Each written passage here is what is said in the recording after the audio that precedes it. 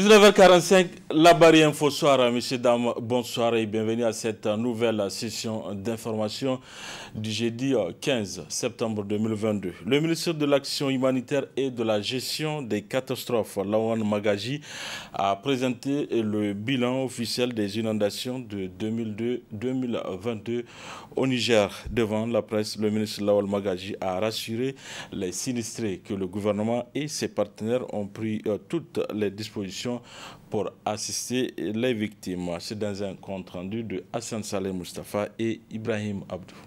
Plus de 200 800 personnes sinistrées, 120 339 maisons effondrées et malheureusement 137 décès. Ce sont là, entre autres, les dégâts matériels et humains des inondations enregistrées. Toutes les 8 régions du Niger sont concernées. Le ministre de l'Action humanitaire et de la gestion des catastrophes fait le bilan de la situation à la date du 13 septembre 2022. Les régions, en tout cas les plus impactées, c'est la région de Maradi, avec 58 134 sinistrés. 58 134 sinistrés. Suivi de la région de Zander, avec 57 561 sinistrés. Puis la région de Difa avec 25 523 sinistrés. La région de Dosso avec 21 469 sinistrés. Et la région de Tilaberi avec 16 556 sinistrés. Les autres ont des sinistrés inférieurs à 10 000. Cela a concerné, comme je le disais tantôt, les 8 régions, même si 2 régions ne sont pas trop impactées. Ça a concerné 41 départements sur les 63 départements du Niger. Et cela a concerné 115 communes sur les 255 communes du Niger. Pour les ménages sinistrés, nous totalisons 22 406 ménages sinistrés donc, cette année, contre 25 887 l'année 2021. Donc, malheureusement, je le disais tantôt, il y a eu des décès. Nous avons enregistré 137 décès. Nous avons eu beaucoup de maisons effondrées, plus que 2021, parce que nous avons enregistré 20 339 maisons effondrées. Par rapport aux animaux, là, c'est beaucoup moins, parce que nous avons eu 116 petits ruminants, 566 gros ruminants. Et la même chose en matière donc, de superficie de culture qui ont été inondées. Nous sommes à 915 hectares de cultures qui ont été complètement endommagées et perdues. Pour faire face à ces catastrophes, le gouvernement et ses partenaires se sont mobilisés depuis le mois de mai dernier pour prendre certaines décisions afin d'assister les victimes. Le niveau d'assistance est estimé à plus de 50% des besoins selon le ministre Lawan Magaji. Le gouvernement et ses partenaires ont répondu. J'avoue que cette année, je remercie beaucoup les partenaires qui ont accepté la proposition du gouvernement et qui se sont prépositionnés dès le mois de mai. Beaucoup de nos partenaires se sont prépositionnés dès le mois de mai. C'est-à-dire chacun dans sa zone d'intervention, assez souvent au niveau des régions, mais certains sont allés jusqu'au niveau des départements et communes pour prépositionner la réponse, tant en vivres qu'en biens non alimentaires. Donc ça a permis promptement de faire la réponse dans beaucoup de régions. Aujourd'hui, nous recevons l'écho de ce qui a été fait. Les périodes de crues locales où le débordement des eaux, notamment du fleuve Niger et de la Komadougou et des autres cours d'eau, sont attendus dans quelques semaines au Niger. Le ministre Lawan Magaji demande aux occupants des rives de ces cours d'eau d'être vigilants. Je vais profiter de vos antennes respectives pour remercier ces partenaires du Niger et lancer un appel aux autorités d'abord municipales pour qu'elles puissent reloger quelques familles. Nous avons une dizaine d'écoles qui sont occupées actuellement sur l'ensemble du pays. Il faut que les maires concernés des régions, surtout de Tilaberi et de Zander, c'est les régions qui ont le plus occupé des écoles, nous demandons à ces maires de trouver des solutions très rapidement afin de permettre de libérer ces classes, de les nettoyer et que la reprise de l'école telle que le gouvernement l'a souhaité puisse se faire confortablement à la date indiquée par le gouvernement. Ce bilan présenté par le ministre de l'Action humanitaire n'est pas définitif. Les données pourraient toutefois changer car les services de la météorologie nationale ont prévu de grosses précipitations jusqu'à la fin du mois de septembre et début octobre 2022. Pour sa part, le ministre de la Santé publique, Dr Ilyassou Menassara, a lancé ce matin au CG11 de Niamey les épreuves théoriques et pratiques de l'examen unique de certification en santé. Ils sont plus de 5000 élèves et étudiants à compétir pour cette session de 2022 à l'échelle nationale, nous rapportent Nafissatou Yahya et Aboubakar Souley.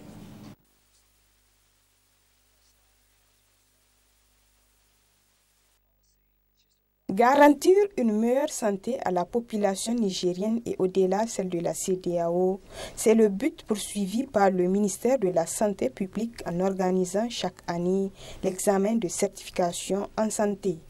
Pour cette session de 2022, ils sont plus de 5000 élèves et étudiants, toutes filières confondues, et pour toutes les régions du Niger à subir les épreuves théoriques et pratiques de cet examen après 3 ans de formation. Cet examen que je viens de lancer est lancé de façon synchrone sur l'ensemble des 8 régions du pays. Et cette année, comme vous l'avez constaté, c'est environ 5295, je crois, candidats qui sont à liste. L'année passée, ils étaient autour de 4500. Donc, il y a eu une augmentation du taux d'environ 30%. Comme l'objectif, c'est avoir des cadres de santé de qualité. De qualité pour permettre d'avoir des soins de santé de qualité. Pour que l'agent de santé du Niger puisse être compétitif. Non seulement ici sur le marché de l'emploi au Niger, mais de l'espace CEDEAO et au-delà de la zone africaine. Occasion pour le ministre de féliciter et encourager la commission chargée à l'organisation de cet examen avant d'inviter les candidats à compter sur leurs efforts. Je tiens à encourager la commission, les membres du jury et à demander à tous les élèves et étudiants qui ont eu la chance, en tout cas, d'accéder à ces salles d'examen, puisqu'il y a eu un travail de triage, de sérieux triage, comme c'est une commission nationale indépendante et qui a travaillé en toute indépendance. On leur souhaite bonne chance et que le meilleur gagne. On peut dire que toutes les dispositions sont prises, puisque la qualité d'un examen dépend de la gestion du processus. Et le processus a très bien été géré, en tout cas à notre grande satisfaction en tant que département ministériel bénéficiaire et de cet examen. Je pense qu'on peut dire que toutes les dispositions sont bien prises. À noter que c'est en moyenne 2000 candidats qui sortent diplômés chaque année à l'issue de cet examen de certification en santé.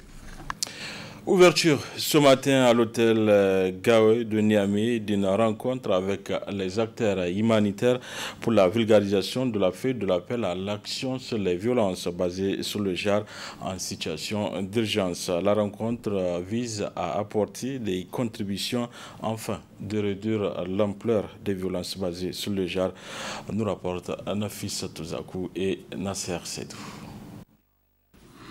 Organisée par la coalition des femmes et des filles contre les violences basées sur le genre COVEF-VBG, les présentes assises visent à échanger avec les acteurs humanitaires pour la vulgarisation de la feuille de l'appel à l'action sur les violences basées sur le genre en situation d'urgence.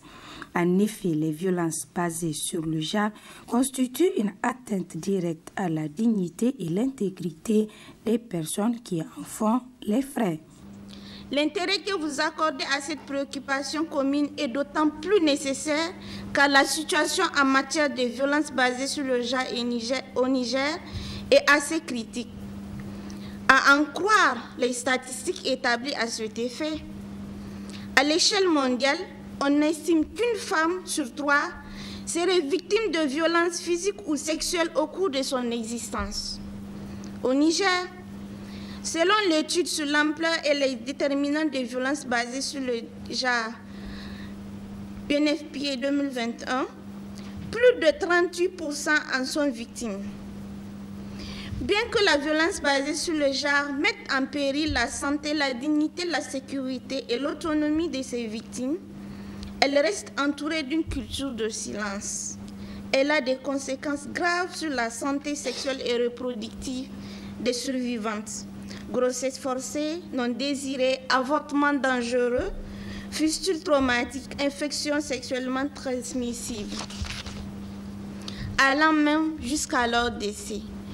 Notre souhait est que nos échanges aboutissent à une mobilisation participative plus accrue des acteurs humanitaires face à ce fléau. Une meilleure connaissance de la coalition des femmes et des filles contre les violences basées sur le genre, du projet CAFI, Call to Action Field Implementation, donc la mise en œuvre de l'appel à l'action sur le terrain, une feuille de route de l'appel à l'action sur le terrain, la signature par des acteurs humanitaires de l'appel à l'action au niveau mondial. Procédant à l'ouverture des travaux de cette rencontre, la représentante du ministre de l'Action humanitaire et de la gestion des catastrophes a salué cette initiative de la COUVEF-VBG. Nous remarquons que le lien entre l'humanitaire et les violences basées sur le genre est évident. Raison pour laquelle l'État du Niger a créé un ministère spécifiquement dédié à l'humanitaire afin de renforcer l'application des cadres juridiques et des principes humanitaires adoptés par la communauté internationale, en offrant protection et assistance aux réfugiés, migrants, déplacés internes, refoulés, etc. C'est dans cette optique que le ministère de l'Action humanitaire et de la gestion des catastrophes travaille à intégrer le genre dans toute la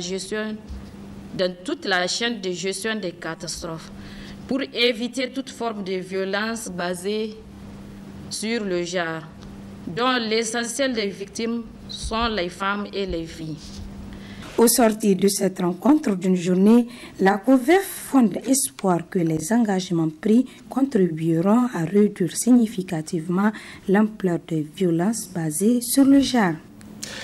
Les locaux de l'IFAN ont servi de cadre ce jour, 15 septembre 2022, à un atelier de validation du rapport de la recherche sur l'impact des crises sécuritaires sur l'éducation des groupes vulnérables au Niger. C'était en présence de plusieurs acteurs de l'éducation. C'était également en présence de nos reporters Aboubakari Ibrahim et Chebou Guissou. Il s'agit pour la coalition des associations et organisations pour une éducation pour tous ASSO et EPT Niger à travers le présent atelier de se prêter à l'exercice de validation du rapport de la recherche menée sur l'impact des crises sécuritaires concernant l'éducation des groupes vulnérables au Niger. Notre mobilisation d'aujourd'hui est un devoir au vu de l'importance du thème abordé par la recherche. En effet, l'accès aux services sociaux de base, à savoir l'eau potable, le soin de santé essentiel et surtout l'accès à une éducation de qualité dans un environnement sûr est un impératif. Ainsi, le développement des systèmes éducatifs sensibles aux conflits et promouvant le respect entre les groupes sociaux ou ethniques est une nécessité et un devoir pour les membres d'une communauté et un droit pour chaque citoyen, car il contribue au bien-être économique et social des populations. Il a poursuivi en mettant l'accent sur le nombre de personnes affectées par la question et la nécessité de trouver des solutions afin d'assurer au système éducatif nigérien son cadre normatif d'antan. Les attaques et les menaces régulières contre les écoles, les enseignants et les apprenants dans les zones touchées ont provoqué la fermeture de plusieurs écoles. Au 12 avril 2022, ont totalisé 800 écoles fermées à travers le pays, dont 32 du secondaire, touchant 69 443 enfants, dont 33 546 filles. Cette situation met en danger l'accès à l'éducation des filles, des femmes et des personnes handicapées et leur accès aux services sociaux de base, santé, protection, nécessaires pour leur épanouissement et le développement du pays. En plus, elle expose les enfants, en particulier les personnes les plus vulnérables, à des risques de violence et de traumatisme de diverses formes qui risqueraient d'impacter négativement leur avenir. Et il est enfin à rappeler que cette étude dont le rapport fait objet de validation à travers cet atelier a été réalisée dans les 3 régions du Niger affectées par la question sécuritaire. Au-delà des autres couches, les personnes vulnérables sont les plus affectées depuis l'installation de cette crise, d'où la recherche menée par la coalition. Voilà, c'est la fin de cette édition. Merci à vous de l'avoir suivi. Au revoir.